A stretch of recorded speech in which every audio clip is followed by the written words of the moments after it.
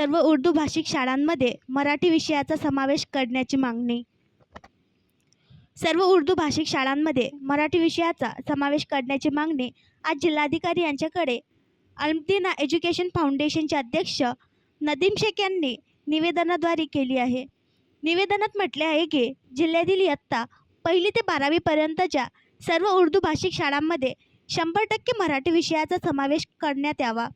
मुस्लिम समाजाची मातृभाषा उर्दू आहे, म्हणून उर्दू भाषिक शाळांमध्ये 1ली ते कनिष्ठ महाविद्यालयापर्यंतच्या प्रत्येक वर्गात मुस्लिम समाजाच्या विद्यार्थ्यांना आवर्जून उर्दू भाषेचा विषय असतो.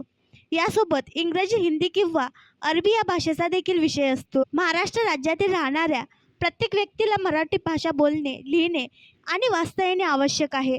अशातच उर्दू भाषिक शाळांमध्ये 100% मराठी भाषिक विषय नसल्या कारणाने मुस्लिम समाजातील विद्यार्थ्यांना उच्च शिक्षणाच्या वेळेस खूप त्रास सहन करावा लागतो. नोकर भरतीसह प्रत्येक शासकीय कामांसाठी मराठी भाषेचा वापर होतो, तेव्हा मुस्लिम विद्यार्थ्यांना नैराश्याचा सामना करावा लागतो.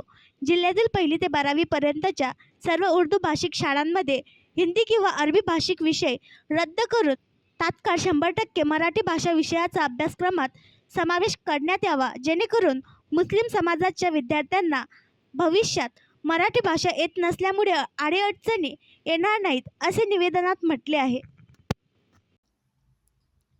आणखी नवीन व्हिडिओ पाहण्यासाठी आमच्या देशमुख एक्सप्रेस न्यूज चॅनलला सबस्क्राईब करा, लाईक करा आणि शेअर करा.